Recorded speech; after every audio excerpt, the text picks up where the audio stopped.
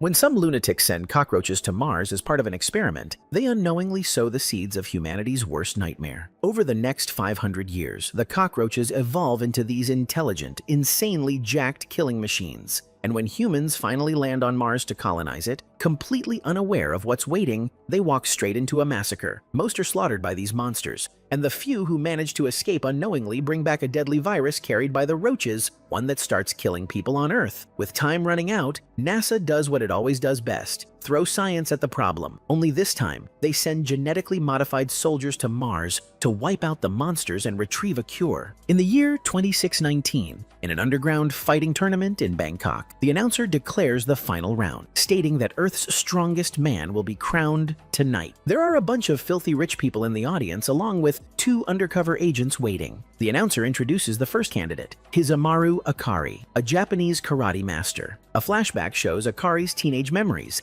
sitting alone when an orphaned girl named Yuriko offers him rice balls. She is Akari's childhood friend and his one true love. The announcer states that Yuriko suffers from a terrible disease and needs an immediate organ transplant, and that is why Akari is here, to win the prize money for her. Akari becomes pissed because he didn't want the announcer to bring up his sad backstory, but in any case, he gets ready to face his opponent, a black bear. Akari is shocked, not expecting a beast as his opponent, and almost gets eaten by the bear instantly. He realizes that these people never intended for him to win, but the face of Yuriko, his lover, pumps him up. He gets on top of the cage, bluffing that he is going to win despite the odds, and fearlessly jumps on the back of the bear, choking its neck as hard as he can. But the bear manages to throw him away, using brute force, and before he can get back on his feet, it attacks him with its claws. Akari's eyes fill with tears as he watches himself being eaten alive by the bear. In his last moments, he recalls the day he met Yuriko recently. She lashed out at him, not wanting his pity during her last days, and told him to leave her alone, calling him a monster for some reason. Currently, the 2 undercover agents wonder if Akari is really the guy they are looking for. According to their research, Akari has some strange powers, and that is why they're here, to confirm if it's true. Akari sees another memory, when he met Yuriko again, promising her that he's found a donor for her, and she becomes glad, sharing her dreams of exploring the world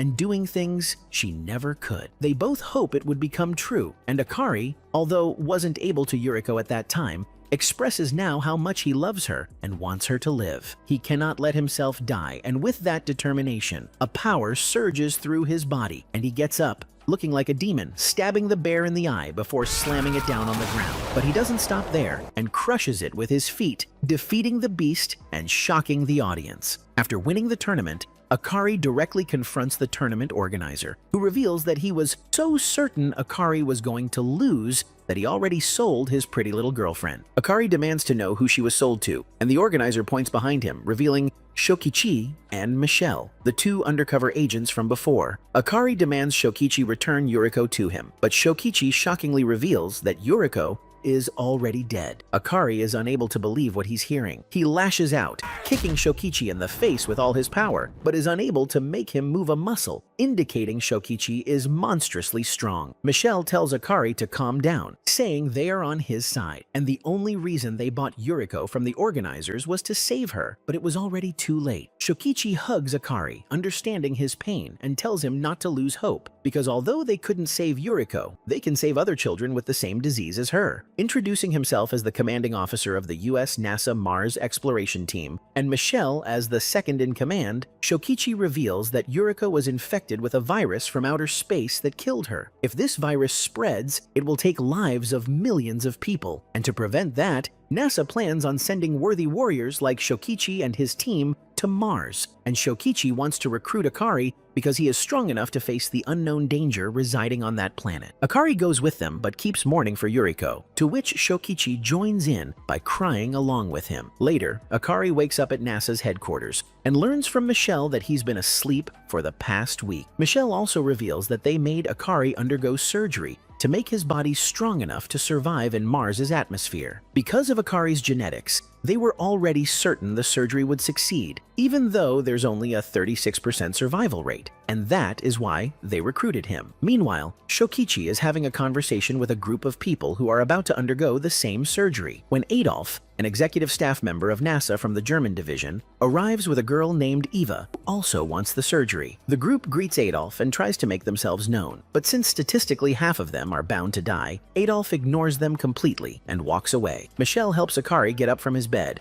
when he can't help but stare at her golden globes, prompting her to warn him that if he tries that again, during training or on the mission, she will make him pay. Regardless, she brings Akari downstairs, and Marcos, from the group about to take the surgery, approaches him, asking about his experience. As Akari states he only had a higher rate of survival because of his genetics, the guys mock him, thinking he's trying to brag or act superior. Akari doesn't like their attitude, but he controls himself, knowing boys are being boys here. Meanwhile, Sheila tells Eva to ignore the boys, saying that Marcos and Alex have been like this since childhood. Eva becomes envious after hearing Sheila is already acquainted with the boys, since she feels alone, and Sheila comforts her, holding her hand and telling her that she's not alone anymore, as they are all in this together. Soon after, Michelle gathers the group just before their surgery, along with Akari, to debrief them about their mission. The alien engine virus, known as the AE virus, came from Mars, and if infected, there's a 0% chance of survival. Their mission is to head to Mars, figure out how to defeat the virus by scouring through everything, and bring back samples. However, there's one major problem, which is why NASA is recruiting strong people like Akari. Apparently, every time NASA has sent a team to Mars, none of them have ever returned, because of a certain type of organism called the terraformer, an evolved form of cockroach that's been living on Mars for the last 500 years. Michelle clarifies again, telling the group that they will be going to war against these terraformers to save humanity from extinction. Another meeting is held where the host tells the executives of the Mars exploration team about the AE virus. Because of how dangerous it is,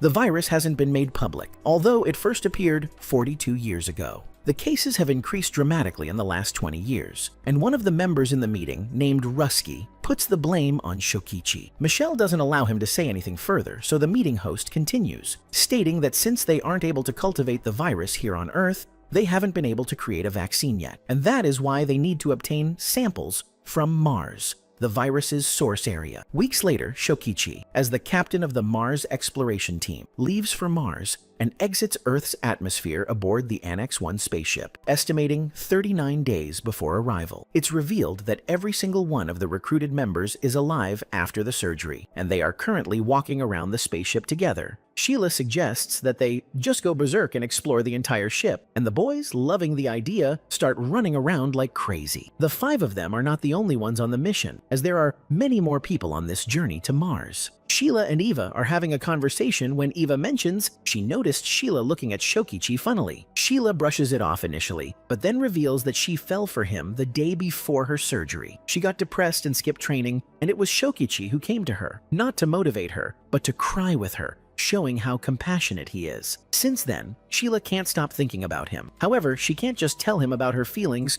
for obvious reasons. In any case, Sheila changes the topic and tells Eva to come explore the showers with her. But as they enter, they see a lady changing and become mesmerized by her looks. The lady also seems to know about Sheila's situation and advises her to confess before leaving the room. A few weeks pass, and the boys are now comfortable enough that they're spending time playing around the spaceship. Alex is playing catch with Akari, and he also seems pretty powerful and is good at pitching the ball. They're just minding their business when suddenly a blonde guy named Ivan comes in, grabbing Alex's collar and looking super pissed. Apparently, Alex has been spreading rumors about him, saying that Ivan's parents sold him and his brother for gas money because his mom couldn't sell herself. Not only that, Alex also mocked Ivan's brother, who died during the surgery. That's why Ivan wants to make him pay. But just as he's about to punch him, Alex hits him first with lightning speed, knocking him out instantly. As Ivan's friend is about to jump in, Adolf steps in, strictly telling both parties to save their anger for Mars, stating that most of them are going to die during the mission. Later, Sheila tends to Ivan's wounds, and he immediately falls in love with her, making it so obvious that the others just laugh at him. Akari jokingly tells Ivan not to get his hopes too high, revealing in front of everyone that Sheila's in love with their captain, Shokichi. Realizing he just exposed Sheila, he apologizes to her and asks everyone to keep it a secret. Alex comes to comfort Ivan, and this simple gesture gets them off the edge, and they become friends. More time passes, and with only 3 hours remaining before the crew lands on Mars, the scene shifts to Earth, specifically to a bar in Japan, where the deputy commander of NASA's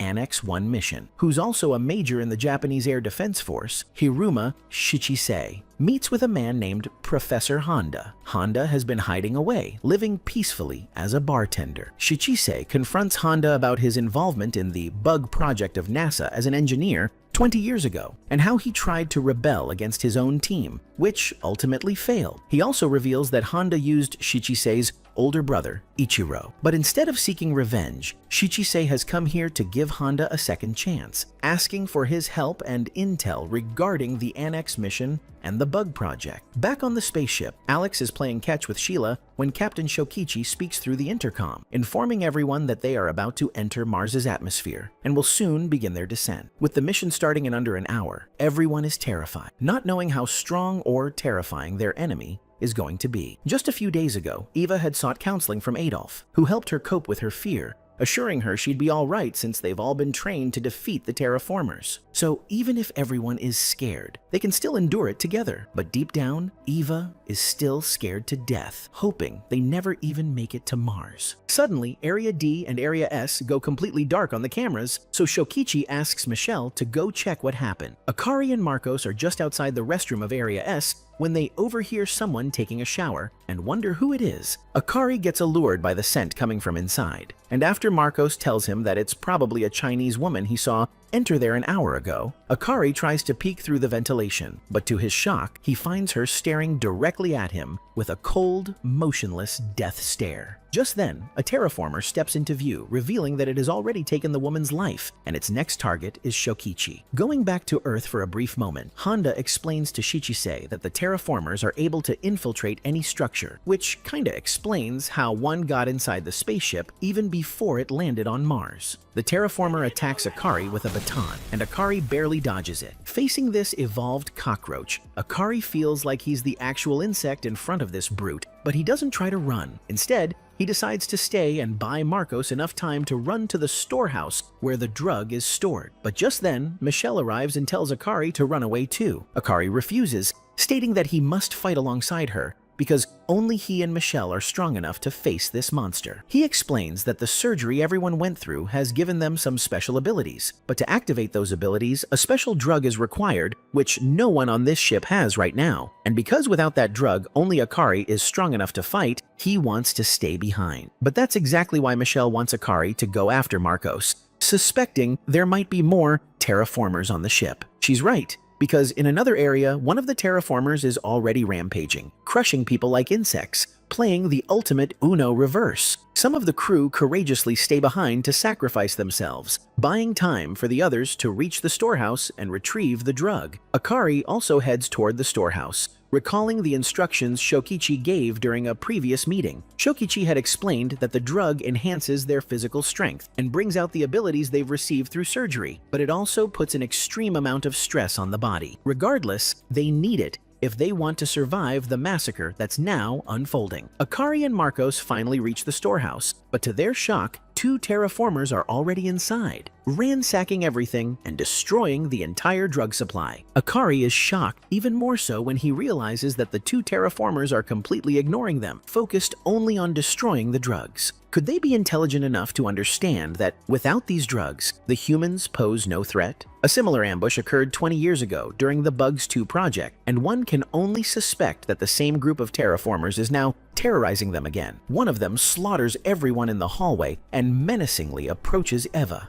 Her friends scream for her to run, but she's so terrified her legs give out, and she ends up wetting herself in fear. Meanwhile, Shokichi aborts the mission and informs his superior back on Earth that he wants to return, saying that they can use the terraformers that have infiltrated the ship as samples for virus research. He's already turned the ship around, but the higher-ups refuse to let him cancel the mission. They order him to follow Plan Delta, claiming 6 samples aren't enough. But what exactly is Plan Delta? Shokichi tries to argue, saying the odds are impossible. Besides, How did the terraformers even know about their mission? It's clear someone from their side must be colluding with them. He begs his superiors to listen, but before anything can be resolved, a sudden explosion shakes the ship, sending it into freefall toward Mars. All the subcommanders join the fight alongside Michelle. Shokichi is from Japan, Adolf is from Germany, Liu is from China, Michelle is from America, Asimov is from Russia, and Joe is from Rome, which makes them the anti-terraformer weapons of their respective nation. Shokichi meets up with Akari and Marcos, telling them to head for the escape ships while he handles the two terraformers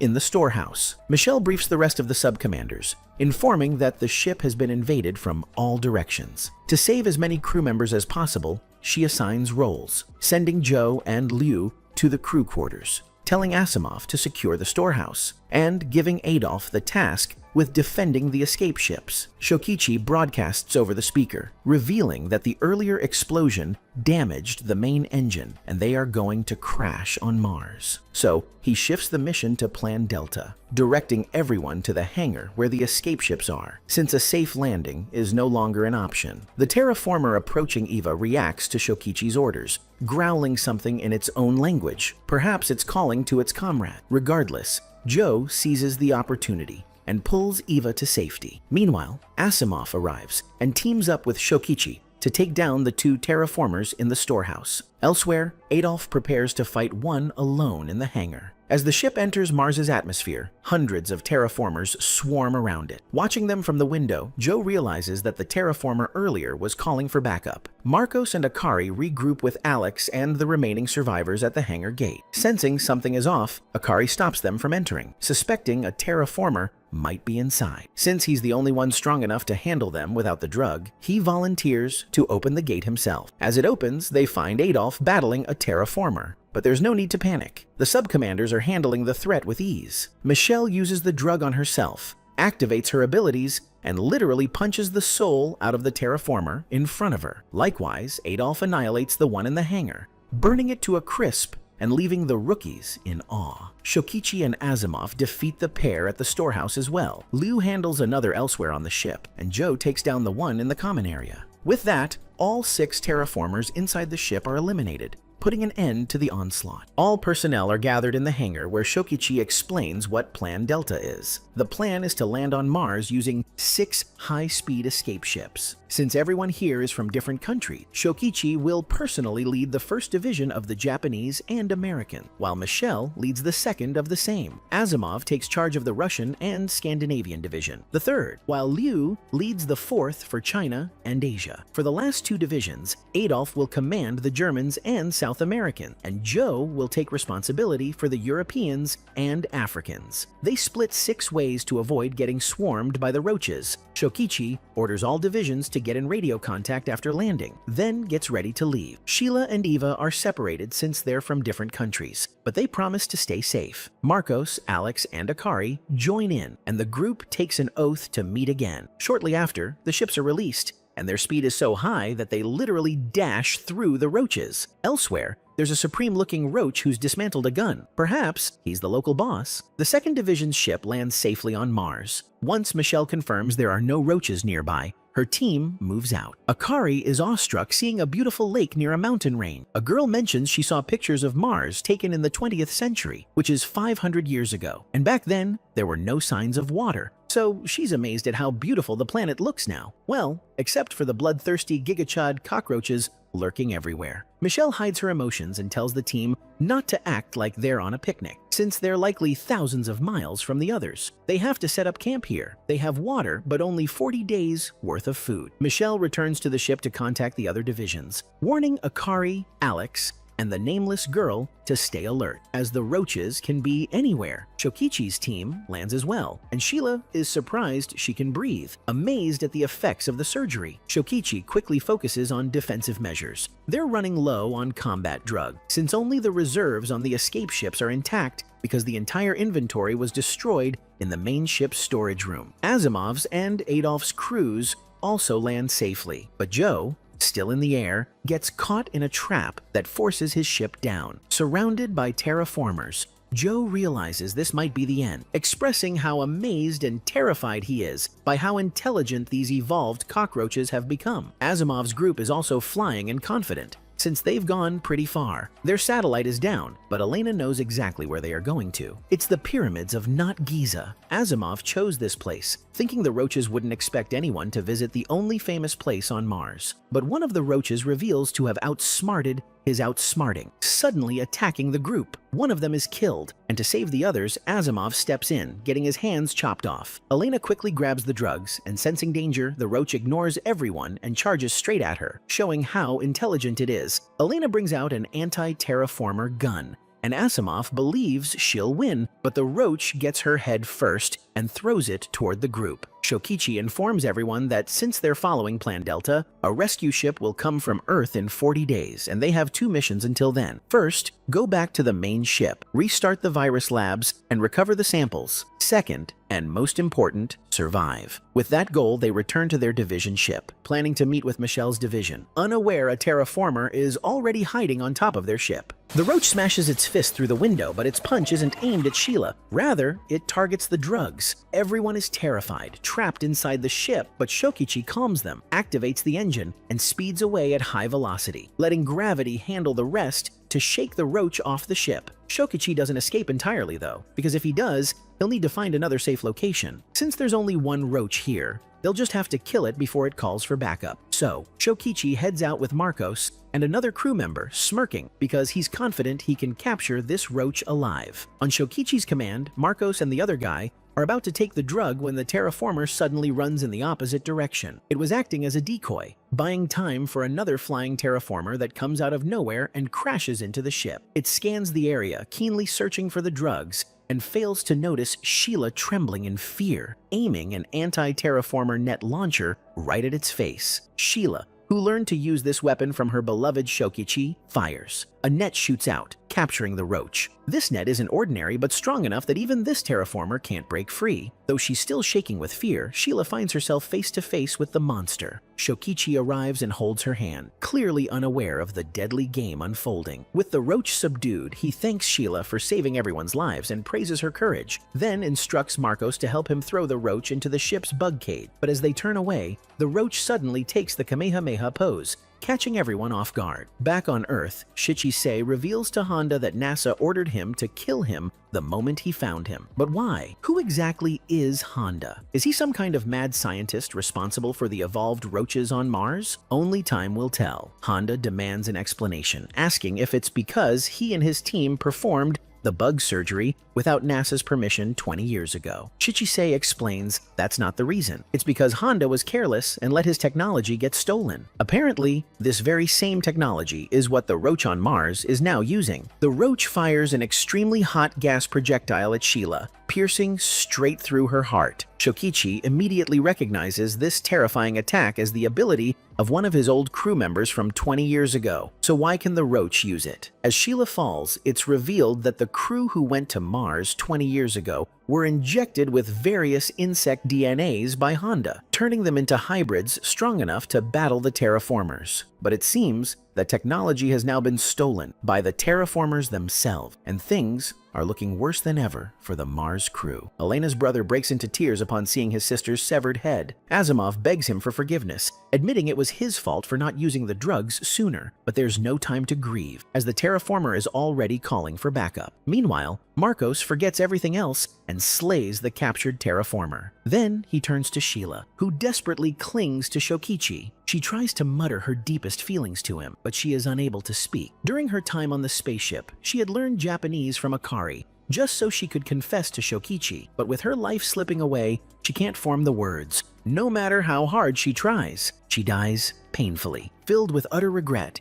and Shokichi can only embrace her lifeless body, understanding exactly what she wanted to say. From Honda and Shichisei's conversation, it's revealed that the surgery the current crew has undergone is the same one Honda originally invented. However, it's no longer called the bug surgery, since it has been slightly modified from its original form. Back on Mars, the subcommanders realize the roaches have already figured out their plan to split up and somehow know exactly where each of them is located. Shokichi informs the commanders that the roaches have undergone the bugs procedure as well by stealing the technology, but he doesn't fear them. In fact, he's excited, because the version the roaches are using is outdated, while the humans are equipped with the newly modified one. Everyone uses the combat drug on themselves, a procedure known as the human metamorphosis mosaic organ operation. Meanwhile, Honda speaks to Shichisei about mosaic organs, which are the terraformers' immunotolerance organs that were transplanted into the human crew 20 years ago. Apparently, this very organ is what caused the roaches to undergo a drastic mutation over the past 500 years, having evolved by adapting its capabilities. Honda asks what the difference is now, and Shichisei explains that unlike the terraformers, humans can use this organ with more than just bugs. In fact, it works with any species of organism on Earth. To simplify, a person who has undergone this surgery can possess the powers of any chosen living creature, like the shell of a tortoise, the muscles of a tree hopper, or the legs of a cheetah. With these added powers, the humans are confident. One of them, whose ability involves wings, makes the first move, but just as she's about to take flight, a roach with intense speed grabs her leg. And it's not just that one. All of these terraformers can move at 300 kilometers per hour, but things are different now. The huntsman spider has the same speed as a cockroach, but with greater strength and agility. Marcos, who has inherited that power, attacks one of the roaches, snapping its head off with a single punch. He recalls the time when he and Alex were first introduced to Sheila back in their childhood. He always saw her as a sister, and now that she's gone, his emotions completely overwhelm him, pushing him into a berserk state. He cuts through the roaches like a madman, still remembering the good old days with Sheila, and vows to kill every last terraformer. The huntsman spider mainly feeds on cockroaches, and its body hair can detect even the subtlest movements in the air, allowing it to read its prey's motion. In the same way, Marcos can sense the terraformers' movements and ferociously attacks them the moment they flinch. However, the huntsman spider usually strikes from the shadows and lacks long-term stamina, and just like it, Marcos also runs out of breath soon after. Fortunately, he isn't alone, unlike the spider, and has comrades like Shokichi, who rushes in to assist him. It turns out the others have already defeated the remaining roaches in the area, but Shokichi isn't done. He wants to eliminate every last roach in the region and capture a few alive to take back as samples. Elsewhere, Michelle, who possesses the power of the Paraponera ant, goes hand-to-hand with a roach, overpowering it through sheer strength. The Paraponera can lift 100 times its own weight, and that alone makes Michelle formidable. But that's not her only ability. She inherited the Paraponera gene from her father, the captain of the Bugs 2 project 20 years ago. Her other ability comes from a rare blast ant that could self-destruct, which she obtained through the mosaic organ surgery. However, instead of blowing herself up, Michelle makes the roaches explode on contact. And this raises the question, could Akari, who defeated the bear at the very beginning of this story using some mysterious power, have inherited that power from his parents too, who might have been part of the Bugs project from 20 years ago? Apparently, abilities acquired from the mosaic organ surgery can be passed down. Shichisei explains this to Honda, revealing that they observed a young man who possesses both inherited abilities and his own. NASA considers him their greatest weapon. That young man is Hisamaru Akari, and he's already on Mars. Honda seems to recognize the name based on his reaction, but he doesn't say anything further. Back on Mars, Akari activates his powers, deciding to take on 3 approaching roaches by himself. This is the first time he's used the combat drug, and though it feels similar to when he used to transform naturally, this time he isn't consumed by rage or driven to lose control. The anime keeps it vague, but the surgery has made his body highly compatible with the bug's powers. Akari takes on the first roach with a swift calf kick, then controls its body from a distance with gestures of his hands, using some kind of invisible thread or wire. To understand how Akari got this power, we need to take a look at his past. Shortly after arriving in America for the surgery, Akari sat silently in front of a hospital, holding a ripped-up doll his now dead girlfriend had given him. A boy noticed him and offered to fix the doll, telling Akari that he was admitted because of a terminal illness that couldn't be cured. The boy reminded Akari of his girlfriend, and realizing that he too was dying from the Mars virus, Akari walked away, feeling guilty and remorseful, forgetting to even take the doll back. Just before leaving for Mars, Akari returned to visit the boy. The boy had kept his promise, revealing he had sewn the doll back to perfect condition. Jokingly, he wished someone would fix his life the way he fixed the doll, but deep down, he knew that wasn't possible. Michelle had advised Akari to never give false hope to those suffering from the disease, but Akari couldn't help it. He promised the boy that he would get better, revealing that he was going to Mars to find a vaccine. Then he asked what the boy wanted to eat after he got cured. The boy smiled and said he wanted French fries. To learn karate watch a football game, see the ocean, and many, many more things. As he listed hundreds of wishes, Akari, overwhelmed with guilt, gave the doll back as a symbol of hope and told him to keep fighting until he returned. Now on Mars, Akari is filled with determination and begins capturing the terraformers using his invisible threads. He's clearly using strings, but it doesn't seem to be the power of a spider. Judging by his antennae, perhaps he has the abilities of a moth? Regardless, this guy literally chops off the arms and legs of the roaches with his invisible threads to ensure they can't escape, making it clear that he's built differently, with main character-level powers. Michelle continues blowing up the roaches and is relieved to hear that Akari has already captured 3 of them. The others begin transferring the captured roaches into the insect cage, while Alex complains about not getting the chance to show off his powers yet. With the area cleared of roaches, they investigate the water, and it turns out to have the same chemical composition as Earth's water. With confirmation that it's clean, Michelle decides to take a bath, revealing her golden globes,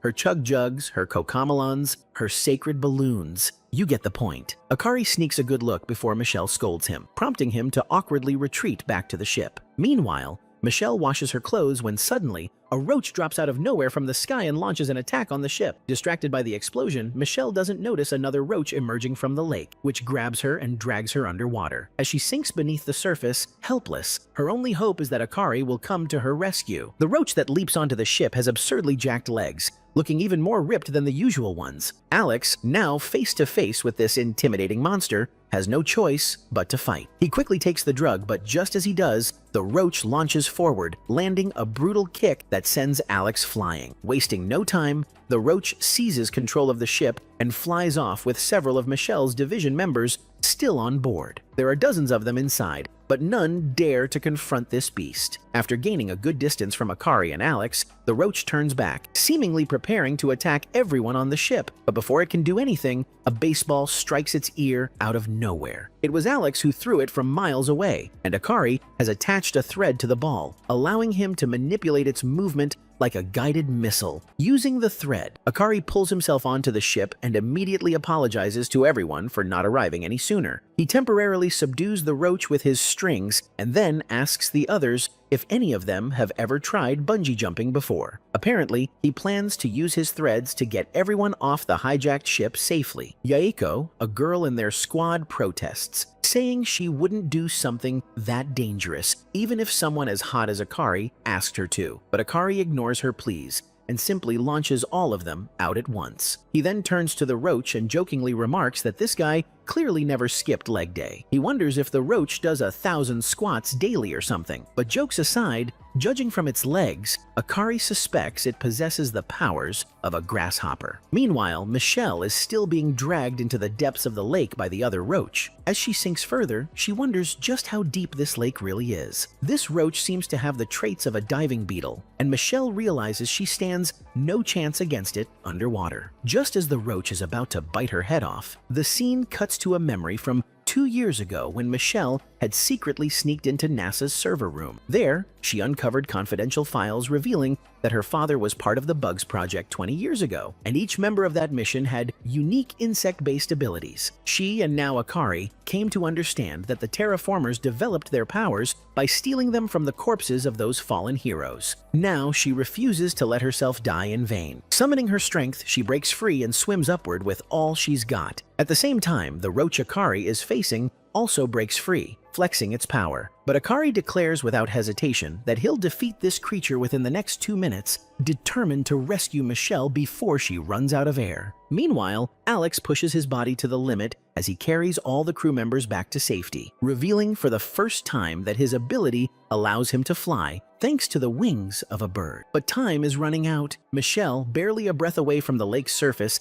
is yanked downward again by the relentless roach. Her lungs begin to tighten, her vision blurs, and the crushing weight of the depths threatens to drag her into unconsciousness. With every second that passes, her chances of survival grow slimmer. Alex lands with the rescued crew, completely out of breath and drenched in fatigue, but there's no time to rest. He looks toward the chaos, torn between 2 impossible choices. Should he help Akari, who's battling the monstrous roach aboard the ship, or dive back into the lake to save Michelle, who might already be on the verge of drowning? Suddenly, Akari, bloodied and battered, forces himself up from the ground. Despite being completely overpowered and nearly crushed just moments ago, he clenches his fists and stands tall again, driven by sheer will. He tightens the threads wrapped around the roach, locking its limbs in place, and with everything he has left, he launches an attack, landing a brutal kick straight into the roach's head, sending it plummeting to the ground. Akari's body screams in pain, his muscles worn from overexertion, but he knows he can't stop. If the roach gets back up, it'll take control of the ship again, and if he fails now, Michelle will die. That's when he reveals the gamble he made earlier. He secretly attached a single thread to Michelle when she was first dragged beneath the surface, and with the last bit of his strength, he yanks that thread upward, dragging Michelle from the depths of the lake. Seeing Michelle back on surface,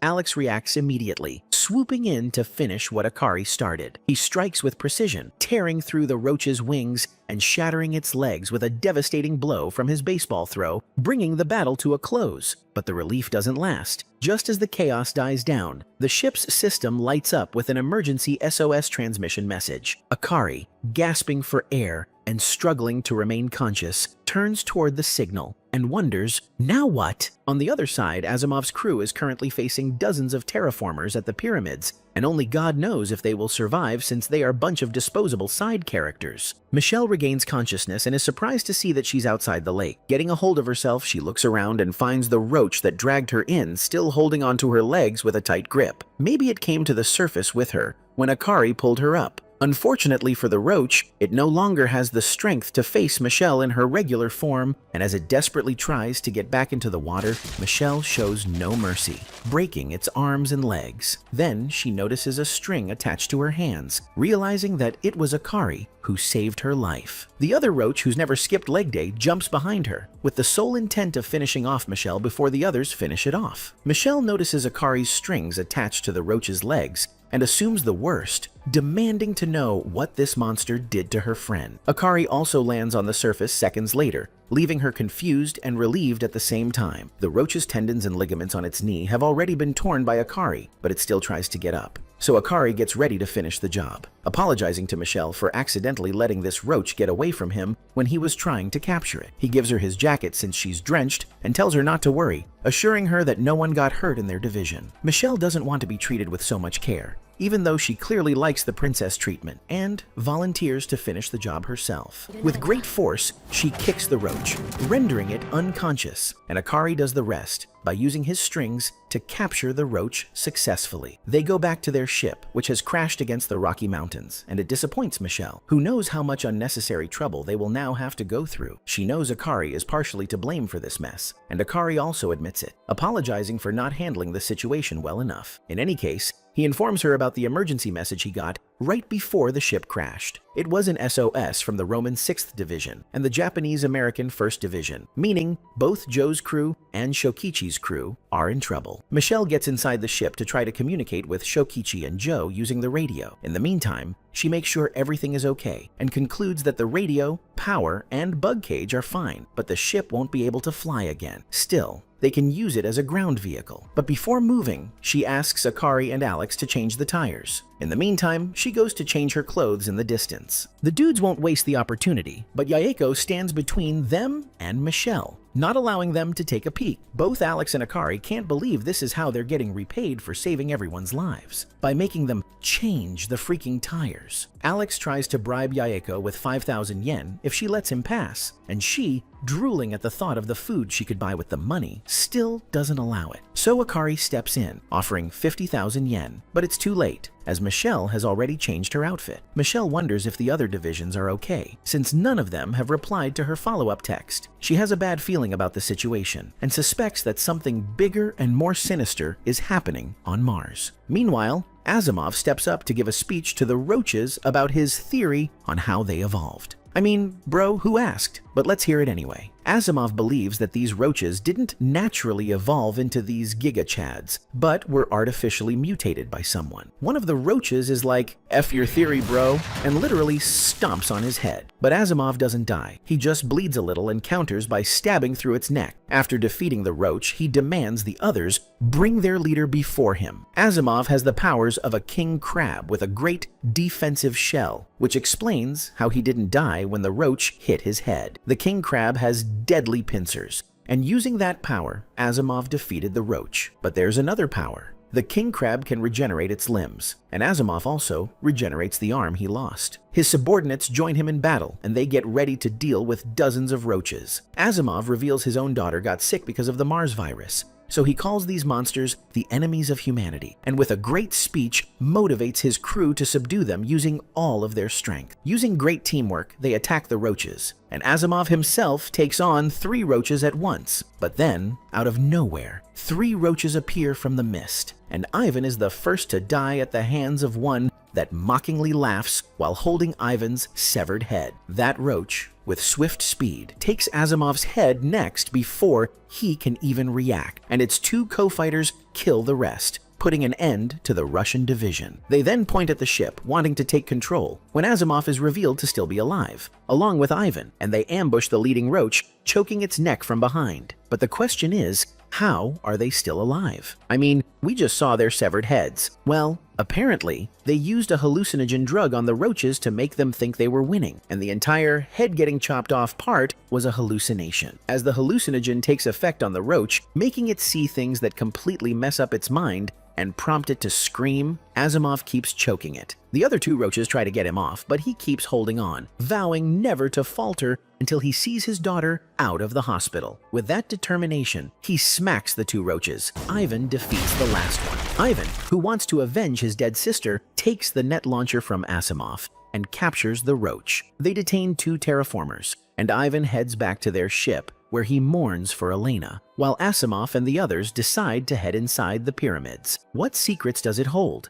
Adolf communicates with Michelle, learns about the situation, and asks if they should go help Shokichi and Joe's teams. But Michelle thinks their top priority should be to head to the crash site where their main spaceship is, telling him to reach there before China's Liu or Russia's Asimov does, indicating that even though all of them are on the same team, the political tension is still there. Somewhere else, it's shown that China's entire crew lies lifeless, their corpses burned to a crisp. Asimov's team climbs the pyramid when it gets dark, and a heavy downpour begins. Michelle's team starts traveling in their ship, knowing it's almost nighttime. And since cockroaches are naturally nocturnal, it means the real war is just about to begin. It's revealed that an army of terraformers has gathered in front of Joe's ship, and Joe's entire squad has also been burned to corpses, while he's the only one left alive, taken in to be used later. As the battle against these insects continues, Adolf begins to remember his childhood. He was trained in Germany, in a home with several other children. They were all there as part of an experiment, one that would determine the future of the entire German community. The experiment was so important that the decision had to be made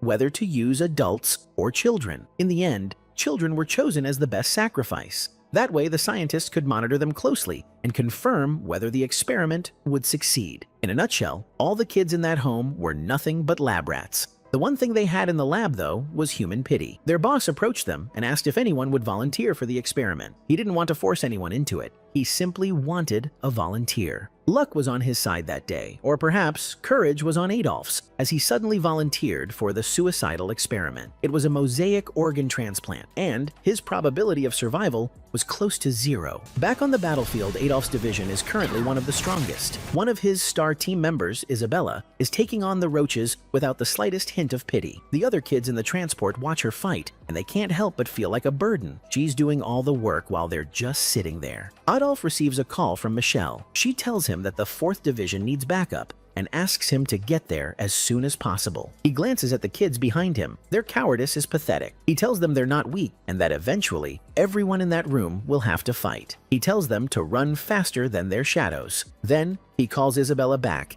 and they head for the 4th Division. As he drives, dodging the insects before they can attack, Eva wonders what kind of person he is and what exactly his combat skill is. They arrive at the 4th Division strategically, only to be greeted by a swarm of roaches. Adolf parks and asks Isabella to take the 4th Division's transport away before the roaches can hijack it. Then he steps out to fight. The kids watch him, wondering what his star power is. Well, they're about to find out. For the first time, Adolf unzips the upper part of his shirt, revealing his mouth. He throws knives at the roaches and unleashes electricity. That's his star power. He immediately incapacitates and seizes control of the roaches he hits. The kids now realize why he makes them feel so useless. If they had followed him into battle, they would have only gotten in the way. Adolf's power is rare, one of a kind. He releases electric currents shaped like eels. Yes, actual electric eels. And they can destroy any roach they hit. That electricity had been embedded in his body the day of the surgery. After it was declared successful, the doctors questioned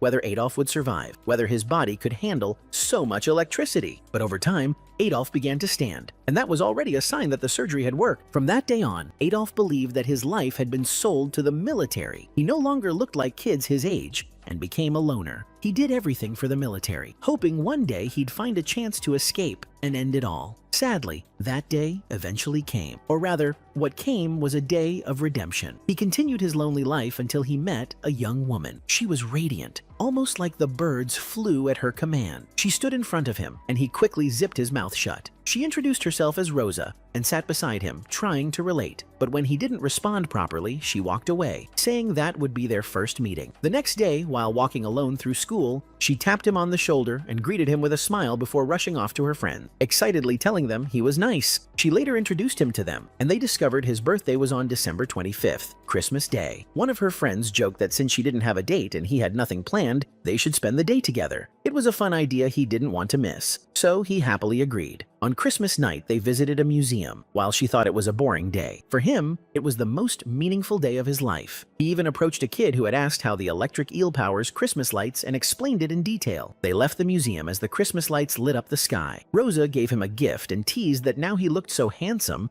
other girls would want him. Then she gave him another surprise. You guessed it, a peck on the cheek. She said that day was her happiest ever and that she'd never forget it. He was overjoyed. He remembered his mother telling him that if he ever found a woman like her, someone who truly loved him, he would be happy. In that moment, he felt his mother's prophecy was finally coming true. Back on Mars, tears fall from his face. He wonders why he's thinking about that moment now, in such dire conditions. But yes, that relationship started and ended within the same year. It had blossomed like a tree planted in Lebanon. But one day, he caught her being intimate with another man. She realized she'd been seen and ran to him in tears, apologizing. She blamed her infidelity on loneliness and a lack of self-control, begging him to forgive her. She hugged him from behind and asked for a second chance. He accepted. They continued the relationship, and soon she became pregnant and gave birth. As usual, the lab ran tests to see if the child inherited his mosaic organ. The doctor called to inform him that the child didn't. That didn't bother him. But then the doctor added that the child had inherited nothing from him at all. The child wasn't his. His world shattered. The doctor reminded him that he was going to Mars soon and advised him to sort things out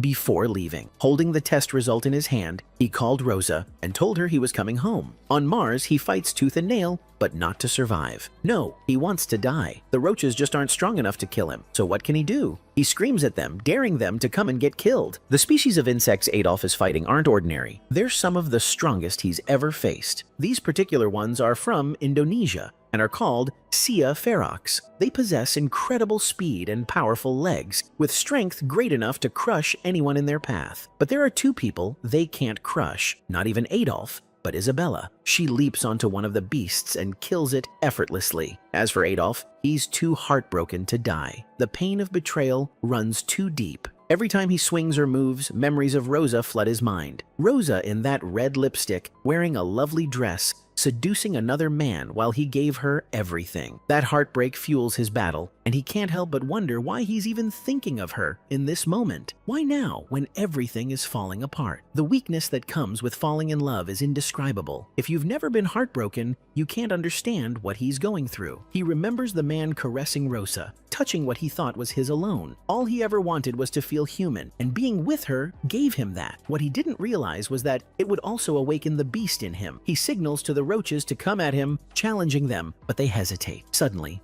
a car drives up to a hill nearby. The fighting stops. A man steps out, holding a strange flag, and speaks in an unknown language, signaling to Adolf. Immediately, all the insects begin marching toward him. There are too many to count. and it looks impossible for one man to take them all down. But there's nothing hatred can't destroy. Meanwhile, at Michelle's division, they're taking turns sleeping. It's her turn to rest. She tells Akiri to get some sleep too, but he's worried. What if the roaches attack while they're all unconscious? She agrees with his concern, but reminds him that rest is also part of surviving. He hands over his post to Alex and lies down. Even Michelle can't sleep. The silence is too thick, too ominous. It's the kind of silence kids make right before doing something terrible. And she's right. It's doom. Back at Adolf's division, he's sitting on the ground, surrounded by the burning corpses of slain roaches. The electric current still flickers in his hand, but he's drained. The fight hasn't left him emotionally, but physically, he has nothing left. The monsters, however, are relentless. They won't stop until he's obliterated. He doesn't mind dying, not if it means the others survive. This wouldn't be the first time he's laid down his life. The kids see their commander collapsing and make a collective decision to protect him, even though they know they're weak. Eva rushes toward him while the others charge into battle. They're powerless but determined. They scream at Eva to drag Adolf into the transport to preserve what's left of him. She tries, but she can't do it alone. The rest are picked off one by one, but they don't go down without a fight. One even bites an insect just to survive. The insects, seeing the kids resist, deploy rope gun and begin abducting them. Eva, clutching Adolf,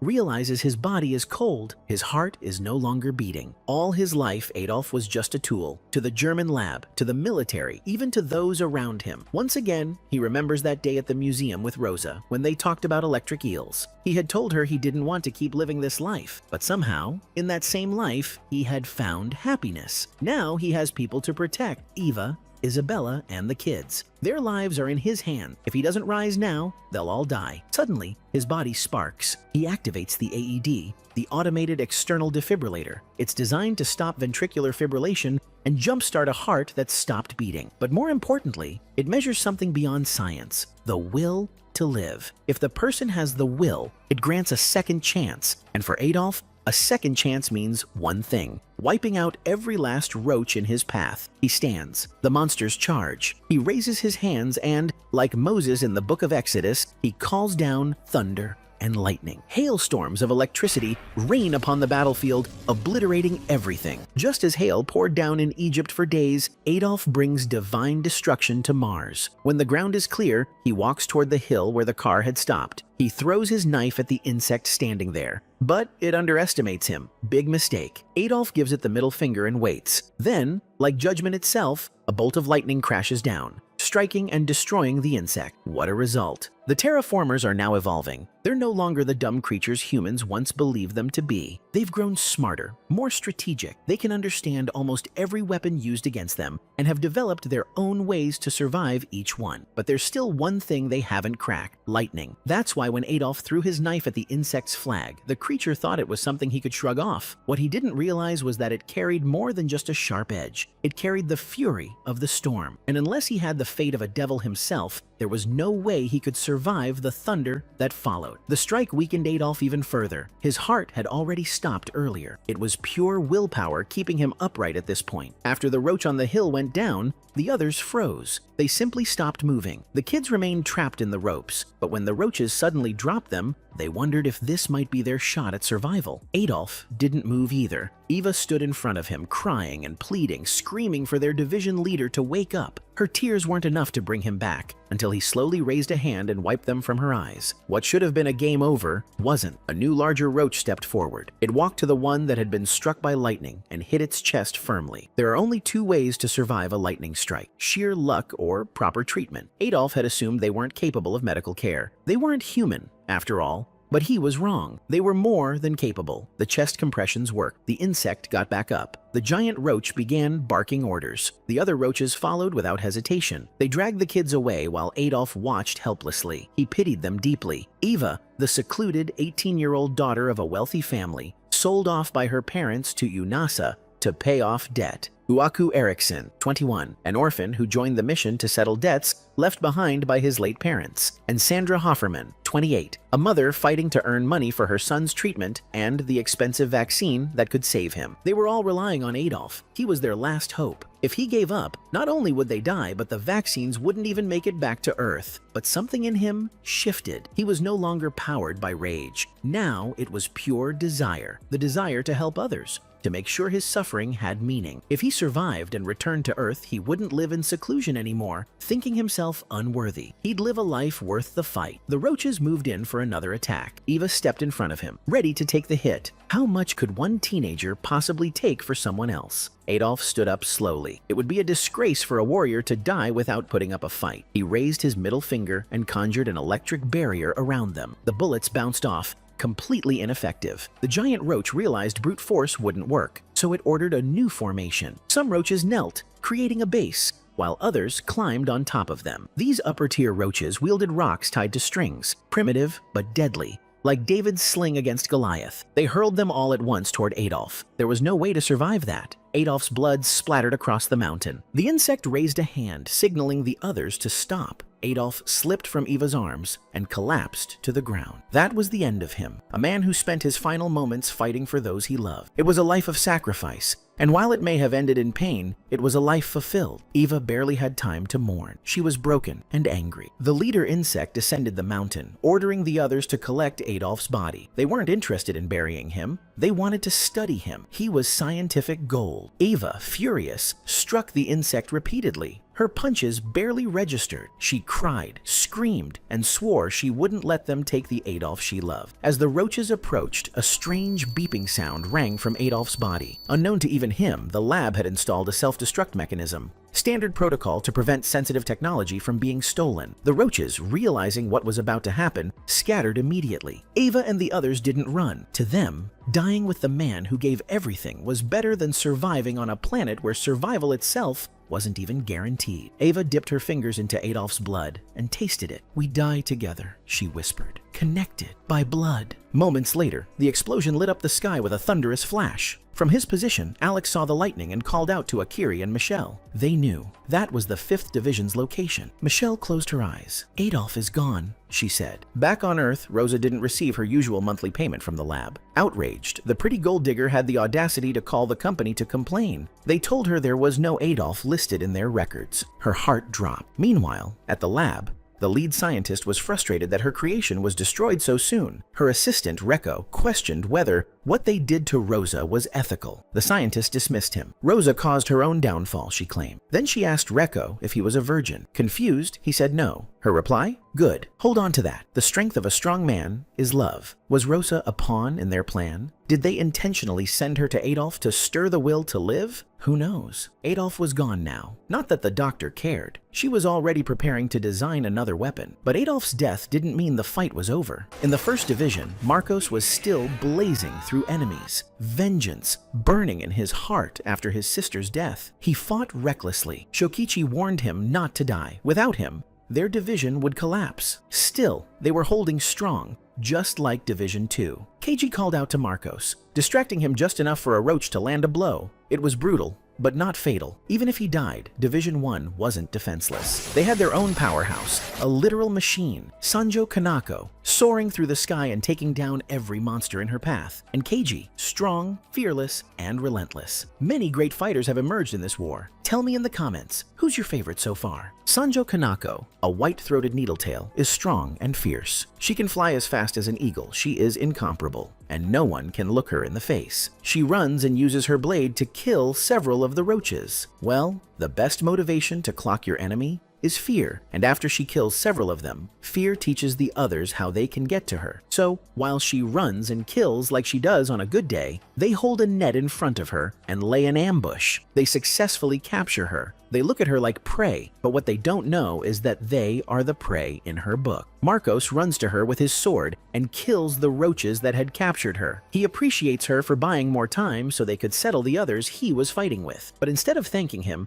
Kanako tells him he's getting cocky. It's just an inside joke though. She pulls out her sword from her wings and cuts off the net, showing that she could have saved herself. As they both prepare to fight and kill the remaining roaches, Marcos prays and hopes that Keiji can hold his ground where he is. Just as he'd hoped, Keiji is underground the mountain, trying to fight an insect. Who is Keiji? You must wonder. He has his own history. the history that motivated him to come to Mars. Keiji, as a young child, was a boxer, a diligent one. Every morning before the sun lights up the sky, he goes for his usual run, then walks to the gym to box and heads home every weekend. He is a simple boy with just one motivation. He becomes a world heavyweight champion, and at the gym, he has no time to make friends. Even gossip doesn't interest him. One Friday, just like every other Friday, he leaves the gym early and asks to go home. One of his colleagues reminds him that it's still early and they can grab a meal together, but he doesn't want a meal. After he leaves, the guy tells the instructor that Keiji never misses his weekly trip home. His mother lives far away and he always takes the 4:30 p.m. bus every weekend. That Friday, he goes home and meets his mother on the bed. She welcomes him. He greets her, closes the window, and asks what she wants for dinner. Just like every other sweet family, Keiji has dinner with his mother, and they talk and joke, making fun even of his father. But later that night, after his mother goes to bed, Keiji retreats to his room and notices he can't read something on his wall. After several attempts to read it, he concludes that his eyesight is going bad, so he goes to report this unfortunate incident to his mother. A year later, Keiji lets go of his boxing career because of his vision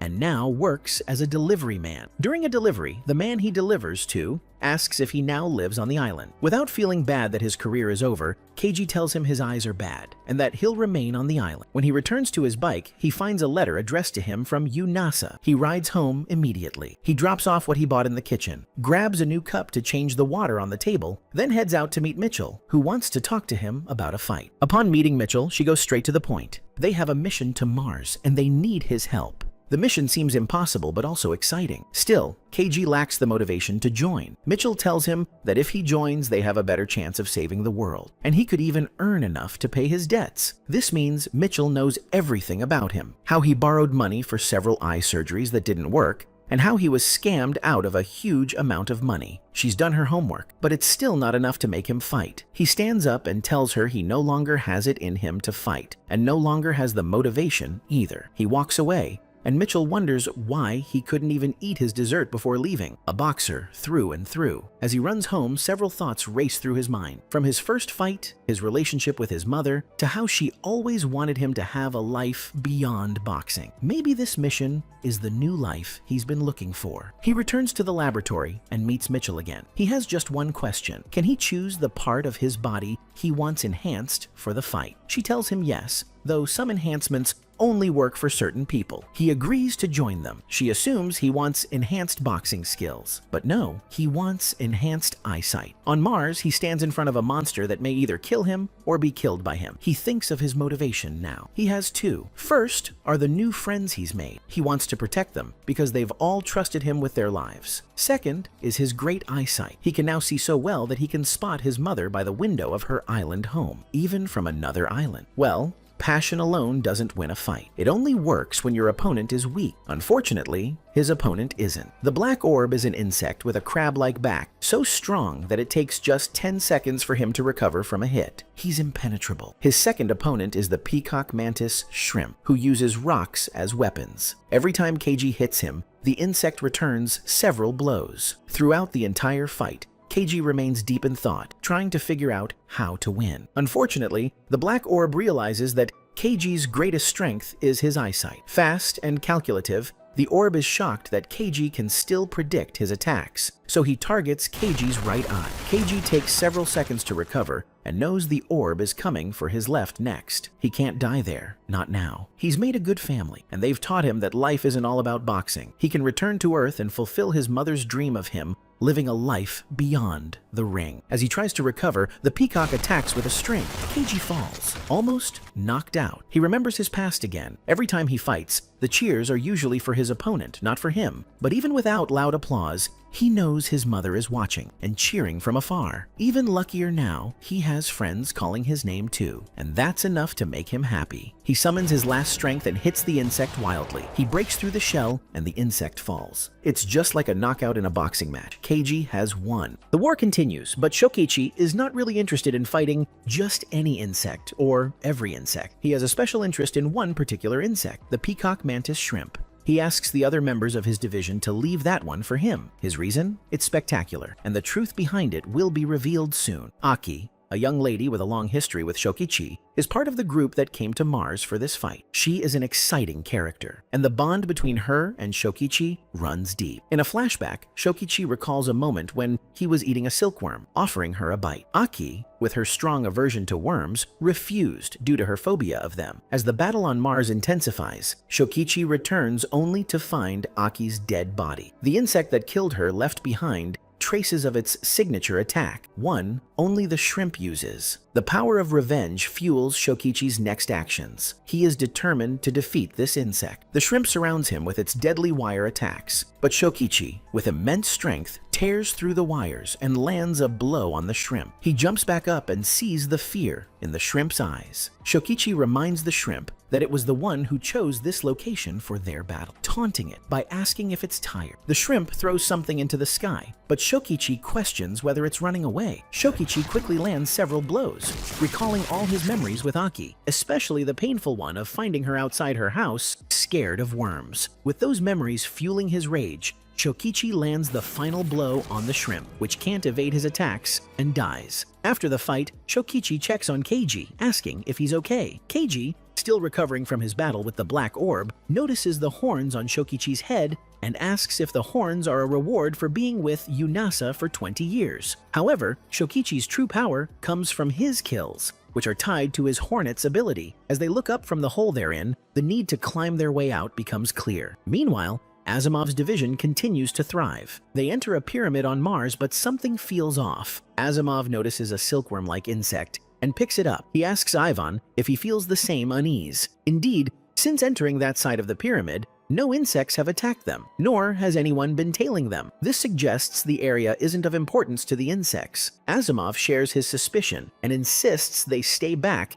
to investigate what's really going on. Elsewhere, Marcos finishes his battle with the insects and ties his weapon. Kanako, impressed by his strength and his use of both a stick and strings, talks to him about how well he's doing. Marcos admits he's improved, but confesses that he still struggles to use both weapons simultaneously. He thinks about his motivation, his sister's death at the hands of the roaches. He can't let them survive. Suddenly, they see something strange, light from the sky. Asimov and his team, while in the pyramid, notice something that looks like a weapon. Asimov realizes that it is the probe that humans lost on Mars years ago. When they lost it, they assumed that the roaches were only interested in the supplies in the probe, which included the food, the amenities, the drugs, and every other thing. But now, he has found out that the supply butt, the probe, contained vital knowledge that the roaches learned and used against them. This revelation changes everything. Keiji, still deep in thought, questions aloud how the roaches would have returned to the surface if they had won. Shokichi agrees that the roaches' behavior is odd, and they realize they were lured into the hole. Looking up, they see the chaos unfolding above. The roaches are bombing the surface of Mars. Each explosion melts the bodies of anyone it touches. Marcos, lucky for now, dodges the bombs,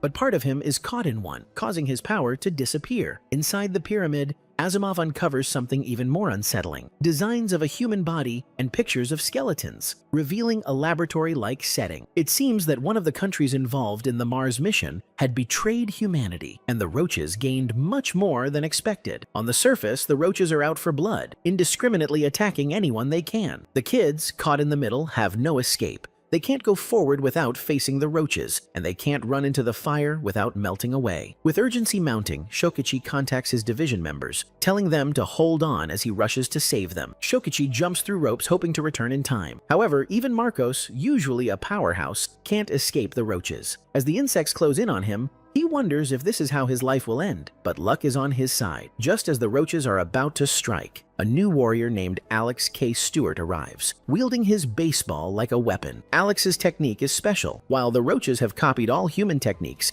they've never been able to replicate Alex's throwing skill. With precise throws, Alex decapitates the roaches, tossing one at Marcos, who manages to activate his power just in time, using his stick to hit the ball and defeat several enemies. The partnership between Marcos and Alex, with their unique abilities, creates an exciting and dynamic baseball-based fight. Finally, Shokichi makes it out of the hole, asking if the kids are okay. He looks into the fire, spotting invisible metal moving within it, realizing that the roaches are attempting to open a door. Kanako arrives to help Marcos, who's lying on the ground. He reassures her that they're not alone, calling Alex to help. Mitchell, joining the team, tends to her injured division members. They apologize for failing, but Mitchell assures them that she'll take care of the rest. She enters the fire, her power activated, determined to kill the metal roach. Will she succeed? The 1st Division and the 2nd Division have successfully reunited. They send a signal to Earth about this, and the head of Allied missions, Ichiro, is glad about this report, but he is worried about the fact that the only information they have received is from Mars. The other division had gone silent. He also gets a call from Prime Minister Hiruma and President Goodman, so he joins the call. The conversation on that call is unknown, but the president tells him the only reason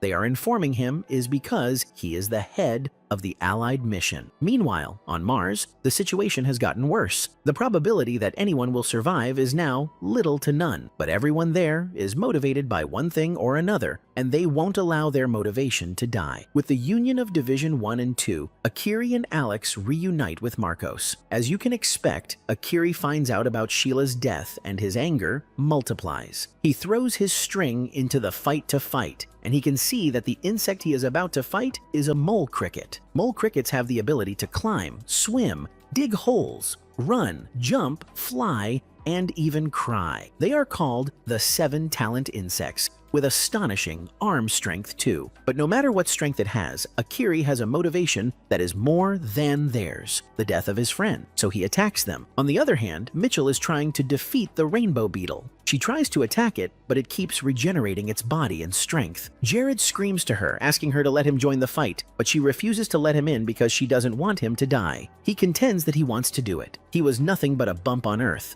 a loser with no skills, but when she came to him and told him about the mission, he thought about it. And the mission to save the world is the only thing that has given him an identity, so he wants to do it. Hearing him speak is so motivating that Mitchell throws him the control so he can join in. On the other hand, Alex and Marcos reunite. Marcos cannot stop feeling like a failure because he couldn't protect Sheila. He bows down to Alex in tears and apologizes. They are in the middle of the battle, and the roaches cannot understand the drama, but when they try to interfere, Alex angrily tears them off. He goes to Marcos, reminding him of the reasons they are here. They are here to change their lives and also protect their sister. But since they have lost their sister, they have to avenge her and change the world too. So he urges Marcos to continue fighting. Shokichi joins them with Keiji. They stand in the middle of all the monsters and urge each other. He tells them they will win the battle and every other battle, and their rescue ship will arrive in 39 days. So they must ensure they survive until then. With Mitchell, she asks Jared to do the echolocation. It is done by emitting sounds to find the direct location of beetles. He does it and tells Mitchell that the beetle is around her. She catches it and fights it. She hits it, but finds out the insect copies all of her moves. She holds on to it as the insect holds on to her. Jared tries to caution her to leave, but letting go isn't in her dictionary. She keeps seeing flowers as she fights. She tells the beetle that holding her that way can be called